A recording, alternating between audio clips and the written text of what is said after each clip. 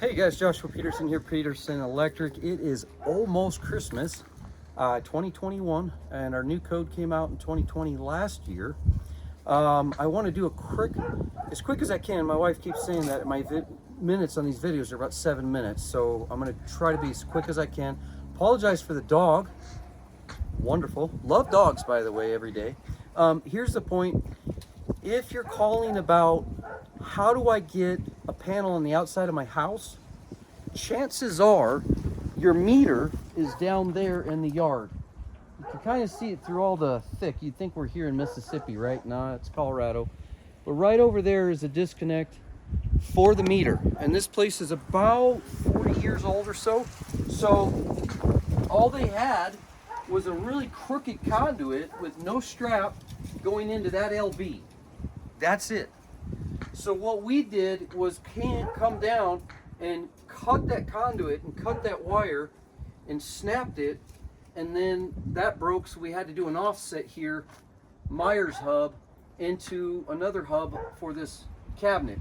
This is a Siemens 200 amp main load breaker, 22K rated main breaker lug, and it has 816 circuit spots, and it feeds through.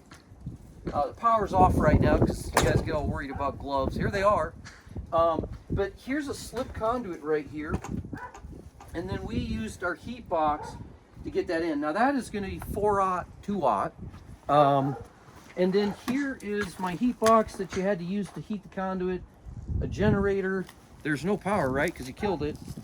Hammer drill. Just some simple other tools and stuff. But we did have to use these straight splice connectors to get that in, because it was really the only way to get it in for this, okay? Once we got here and set it, we put our inner system bonding bridge bar, drove a second ground rod, which the dirt's on it right now. I got to bury this.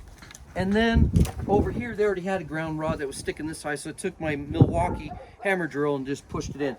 That one went in pretty smooth. This 8-footer that he saw me, I spent, what, Greg, about 45 minutes just pushing on that thing. It was forever. So if you're going to do that by hand, good luck. I can see why the other guy gave up 40 years ago. Anyways, we now have a full surge protective device to code Article 242. We now have a main disconnect on the house. And we now have a second ground rod per 250/50. And then we also have, and this is in 240 now that you have to have a main disconnect, one shutoff. Not 6-handle, not a bus bar system. On a single family dwelling, one kill switch.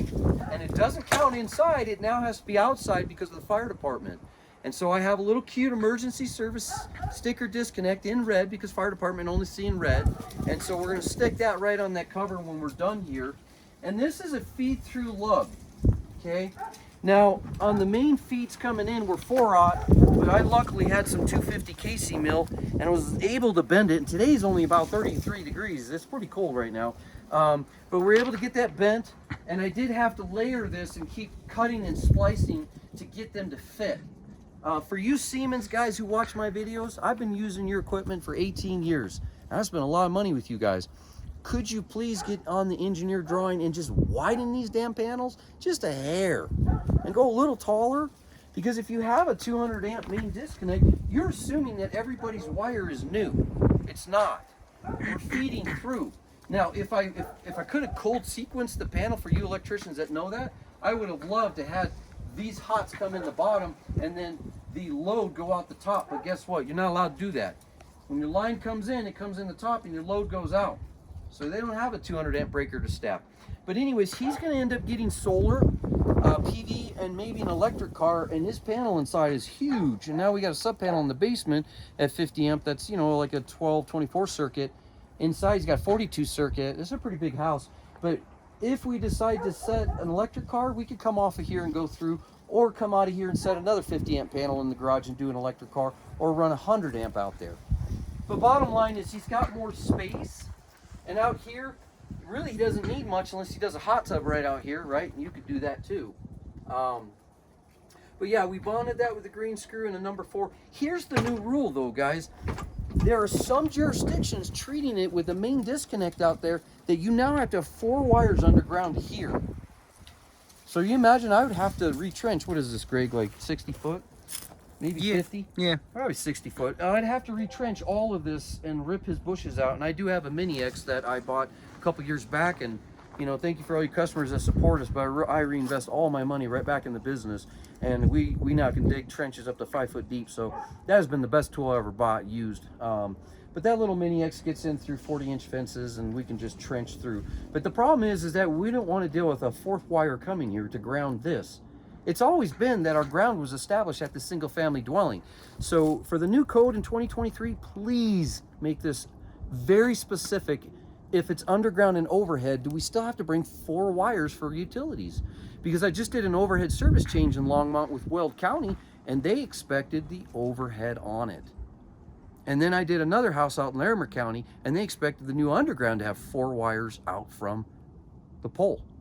And so whether overhead or underground, we got to have 4 wires now. So unless it's a failure, then I don't think they're going to count that. But since this thing wasn't existing on the side of the house, I don't think they're going to care in this jurisdiction. But the bottom line is that I hope they make that more clear. That was really confusing for a lot of us in 2020.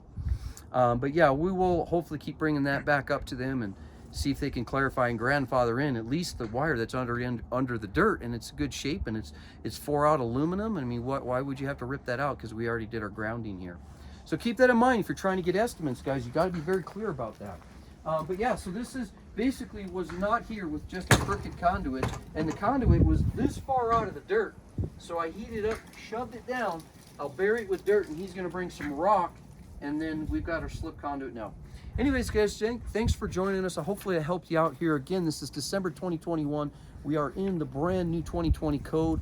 We got 2 more years until they want to re-educate us again. Thanks, guys. Bye.